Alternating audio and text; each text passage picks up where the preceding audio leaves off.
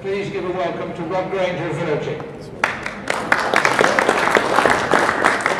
Thank you all very much, especially the Ford Motor Company for allowing us to use the showroom in this way and providing these two very important cars, and the Triumph as well. It's always a great pleasure to work with Graham. He's a real enthusiast, but I've never known him was so enthusiastic about a project as he was about this one. He brought me a very thin little book and he said, Rob, I'd like to republish this for the 40th anniversary. A little book called The Big Drive. Yes, and you've seen the result of his efforts. It really is a tremendous work on Graham's part, and I congratulate him on it. I really hope it will be a commercial success. Yeah, very good. I want to talk to one or two people before we offer you a cup of tea and a sandwich or two. Let me start with the man who always likes to talk about his running. Where's Paddy? We'll talk to other people later. Paddy, come and have a word with me. And I think the first thing I'm going to ask Paddy is whether he's recovered yet from this event, because it was very exhausting. But let's put you here and ask you. Paddy, you of course were one of the stalwarts of this event. You so nearly won it. Can we really come to terms with the fact that it was 16,000 miles long and lasted 6 weeks? Can't remember. First of all, thank you very much. Lovely to see everybody here today, and sort of also around because it's a Ford event. But No, it's a Veloce event. the one I see, not so many faces here. The one thing I do remember is that rather than getting on having a good time in Buenos Aires, in Rio de Janeiro, I went off to practice and did the Costa Rican section. I think it was Costa Rica, and that was good fun. While all you guys were having a good time, we were working, but we didn't. We had an accident, and just sad to look at the book. Wonderful to look at the book, but sad that my two co-drivers are no longer with us. So I'm especially proud to be here today. Well, thank you for that, Paddy. So Paddy's just one of several people I want to talk to. None of this is rehearsed, by the way, because Gavin Thompson wasn't even expected to be called. Come on, Gavin. One of the men who kept HRH Prince might have kept in control for several days. Ladies and gentlemen, Gavin Thompson, who was a captain in the army at the time. What a difference it must have been between what you were doing a fortnight beforehand. Very much so, yes. I'm in a Northern time, actually. But no, I thoroughly enjoyed our short trip on the rally, because we only lasted in Brazil, unfortunately. Now, of course, people like Brian Culcheth, I'll be talking to Brian in a minute. Brian prepared for this event for 6 months.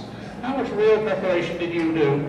Very little, because I was not only in Northern Ireland, I just finished as an instructor at a boys' unit, so I'd been at camp in Brecon at the time, so I really didn't have very much time to do it. We did a little bit of wrecking when the car was ready.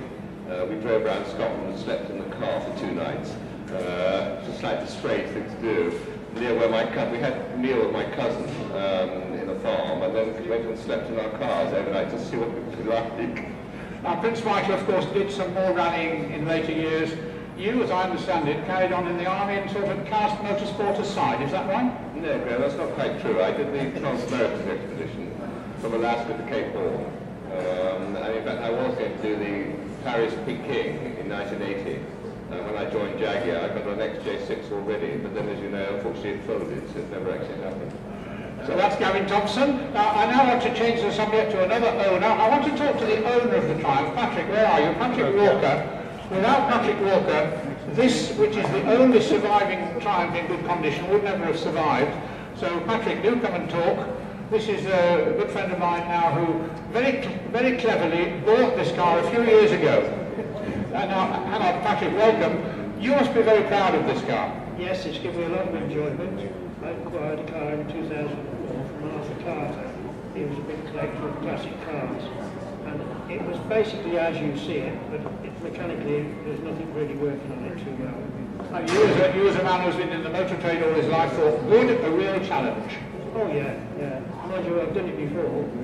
I do know that, and you must be very happy that people like Brian Culcheth and Paddy and other people who drove them before, you must be very proud of the fact that they now drive them again. Oh yes, it's trying to make us young again. Is it working? I don't know, my legs are a bit knackered, but no. We'll see if it's keeping Brian Culcheth young. Thank you for that, Patrick. Let's have Brian here now. for a couple of minutes. Come on, Brian. Now, the trouble now is set your watches, set your alarm clocks, because Culcheth and I can talk for 2 to 3 days about this event without drawing breath. Hello, mate. Did you have a good day on Sunday again? Had a wonderful day, yes. It was a fantastic turnout and great to see so many World Cup rally cars there, quite staggering. They say that all the legends about the World Cup rally connected with you are true, that you did more practice than anyone, that you did more mileage than anyone. Is that true? I think so, yeah. We we prepared for the rally for 6 months, and you know, we had this fantastic organisation behind us with Peter Browning and Bill Price doing all the logistics, and I told the Bill over the weekend, we don't think that any of the other teams had private planes organised to go everywhere around South America, let alone we had our own Britannia aircraft dropping the spares all the way around South America. And of course, where you missed out, you don't have the same commercial attitude as Paddy. Paddy worked out the one stage that was going to be worth good money, and went and practiced that one and was quicker than you, I'm told. That's right. It was the last one. Thank you for that, Brian Culcheth, ladies and gentlemen. Now then, I want to talk to somebody from Ford. Who shall I talk to? I want to talk to Bill Meade, I think. We'll go on to Bill Barnett later. Let me talk to Bill Meade, who was Chief Rally Engineer, the man effectively who engineered these cars. So come and join us, Bill. When you arrived this afternoon, you looked at it and said, good God, it's still here. Did you expect it to live for 40 years? No, I didn't. I thought, that's the end of it as soon as we won the rally. And it caused me enough trouble then.